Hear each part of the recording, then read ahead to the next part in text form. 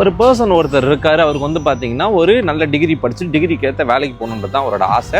அதே மாதிரி படிச்சு முடிக்கிறாரு. படிச்சு முடிச்சிட்ட அப்புறம் அவருக்கு ஒரு வேலையும் கிடைக்குது. ஒரு டீம்ல வந்து பார்த்தீங்கன்னா ஒரு டீம் மெம்பரா ஒர்க் பண்றாரு. அவரோட சேலரி வந்து பார்த்தீங்கன்னா ஸ்டார்டிங்ல 25,000 ரூபாய். ஒரு 3 வருஷம் கன்சிஸ்டண்டா ஒர்க் பண்றாரு. அவர் வேலை செய்யற அதே கம்பெனில ஒரு ஜூனியர் ஒருத்தர் வராரு. இன்டர்வியூ அட்டன் பண்றாரு.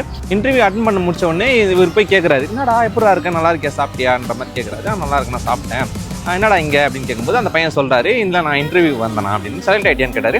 செலக்ட் ஆகிட்டேனா அப்படின்னு சொல்கிறாரு.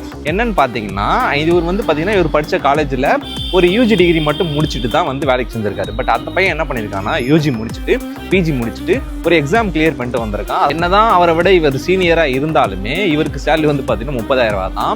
என்னதான் அவன் ஜூனியராக இருந்தாலுமே இவன் ஹையர் ஸ்டடீஸ் படிச்சிருக்கான்றதுக்காக இவரை விட பார்த்தீங்கன்னா இவருக்கு 2 மடங்கு சேலரின்றது அதிகமாக கிடைக்குது. ஸோ நான் என்ன சொல்ல வரேன்னா, உங்கள் ஸ்டடீஸை பொறுத்து தான் உங்கள் சேலரி, அதை வச்சு தான் உங்கள் லைஃப்பை செக்யூர் பண்ணணும் அப்படின்னு நினச்சிங்கன்னா நீங்கள் படிக்கும் போதே அந்த துறையில் எவ்வளோ ஹையராக படிக்க முடியுமோ அதை படிச்சிருங்க.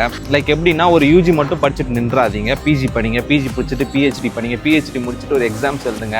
ஸோ இந்த மாதிரி எவ்வளோ ஹையராக படிக்க முடியுமோ அவ்வளோ ஹையராக படிச்சிருங்க. ஏன்னா உங்களுக்கு பின்னாடி வரவங்க உங்களோட ஹையராக படிக்கும்போது நீங்கள் பின்தள்ள படுவீங்க, அவங்க வந்து உங்களோட ஹையரான சேலரின்றது வாங்குவாங்க.